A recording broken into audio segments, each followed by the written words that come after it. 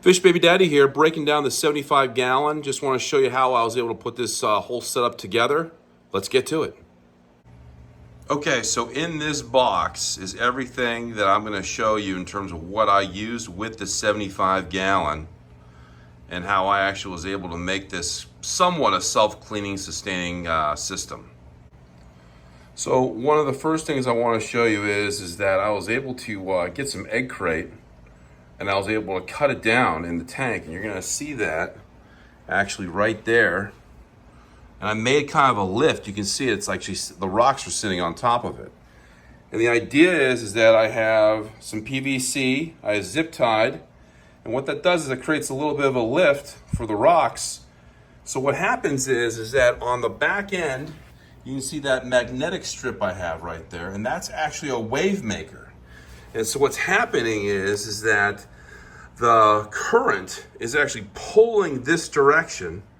And so by having that egg crate with that little bit of a lift on the bottom, gives the ability to have not debris actually sit on the bottom, and it's able to pull straight across.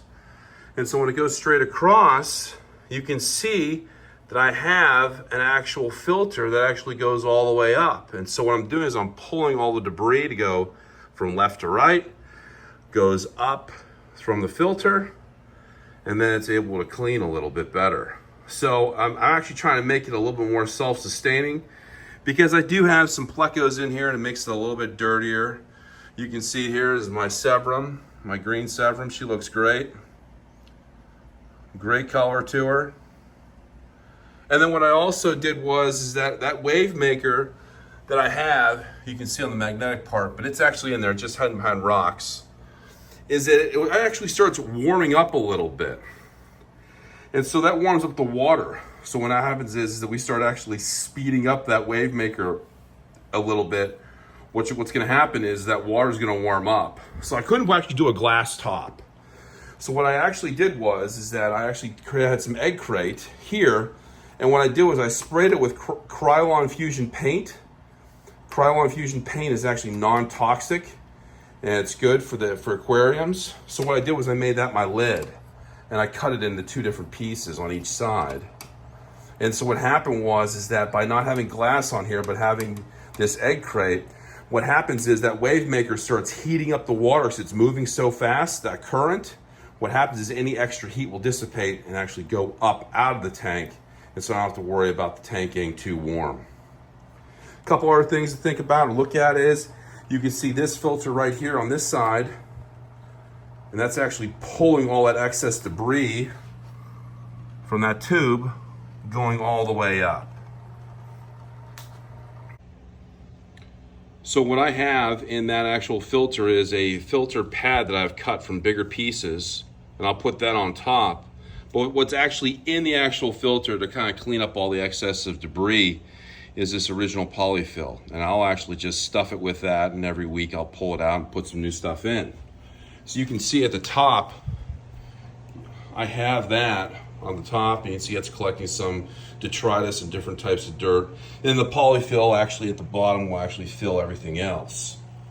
And what I also have here is I want to show you, I got some lights. These black lights I got actually at Walmart. These are on timers. That's to grow the pothos. And so this pothos is growing.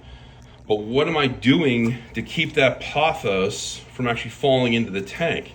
So what I want to show you is just a little mini version of this. This is a mini version of just basically some egg crate, spray painted with some zip ties, with a little plastic hook. And a bigger version of this is actually in the tank. You can barely see it back there. You can see it back there just a little bit. But this mini version kind of represents on how it would actually hang and then just sit on the back of the tank. So it would look as so if that was actually on the tank itself. And this is just an example of one of the lights that I got at Walmart. It clips on the back of the tank right here. And then I plug it in, have it on a timer. And that will keep that pothos growing, and we'll be able to get some nutrients and some roots that go into the tank, and that'll actually be able to pull out any excess waste as well. So it acts as a nice extra filter for us. So this is just an example of a mechanical timer I use. I can use that for the actual backlights. And I'll actually use it on the timer that's actually on this light to actually light up the aquarium. Real simple, I can get those on Amazon. They don't really cost that much at all. What I also want to show you too is that we got some wood here, and that's actually hanging inverted, so it's hanging upside down, and a lot of the fish really respond well and really like that a lot. I think it's important to note that I use some polyester thread. I don't want to use cotton thread. Cotton thread will eventually deteriorate and break down, which will break the rope. We don't want that. So I actually use something else that won't break down as easily. And I use like a little bit of a spoon or something to kind of help me intertwine and get like a connection a little bit so I can grab it. And then I can actually feed it through at the top. And I use, you may not be able to see it, but there's some thread that's actually holding some of this wood up. And I use that with the egg crate.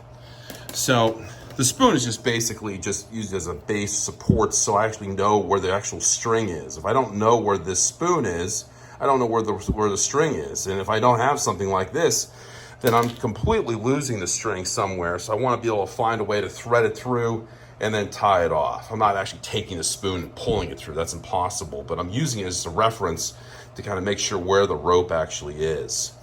I actually use this as a prop or as an example of, this is actually a piece of wood with some slate on it. And what I'm doing is that on this bigger piece, you can actually see at the top, there is some slate with some larger zip ties. And so basically what I'm doing is I'm taking something like this with that slate at the top, zip tie it to the centerpiece that's right here, that centerpiece, and then I'm able to actually brace and support and give it a little bit of a dimension of different feel on how that actually looks. So you can use that really with anything, but be careful if the wood's too heavy because you don't want to actually crack or actually put any stress on this. And then luckily this is thick enough that it really supports and I don't have to worry about anything. But the layout of the tank, I like it a lot. It's bare bottom. You don't really notice it too much though. And I'm actually able to pull, like I said, all of that from left to right, go up into the filter. Then I can actually counter with other biological media or different filters. I have a title over here. There's a canister that's actually hiding in the back of that pothos that you really don't see. But I want to get some depth to it, make it a little bit different, and kind of make it self-sustaining. Because I said, again, I got some plecos in there. They get a little bit dirtier. And, I got a larger severum in there. And I'm realistic that you can see here, when you got a royal pleco like that, he's going to actually produce a little bit more waste than the average fish. Why don't you kind of check out the whole layout of the 75 gallon. Primarily it's wood and rock. That's what I have in there. You can see actually to the left, I have my turquoise severum. She's beautiful. I got her actually from Petco, so I always joke around, call her the Petco severum. I know she's a female because the pattern in between her eyes isn't very much. And so that's kind of a dead giveaway that you have a female severum.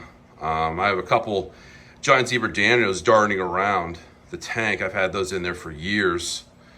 And I got a couple dwarf acara. They were swimming around. They were little tiny babies, and I put them in there, and they have really grown up fast in this 75 gallon. And hidden in there, I have a snowball pleco L201. I have an L27, a royal pleco, and I have an L200 high fin green phantom pleco.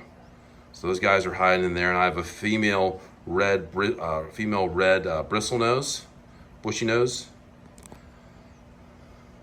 and they're all doing pretty good in there, doing pretty healthy. I can see the royal actually swimming a little bit upside down underneath the wood to the right. Well, he might come out for us. Maybe not. He likes to hide a lot. But I wanted to kind of show you guys the layout and how it's all put together. So what I want to do is I want to try to break down every tank that I have in terms of my 75 gallon, and then I'm going to break down the other tanks in terms of how I set it up. So this is one of many that we're going to go through. Until next time, have a good one. Enjoy your tanks. Until next time, Fish Baby Daddy.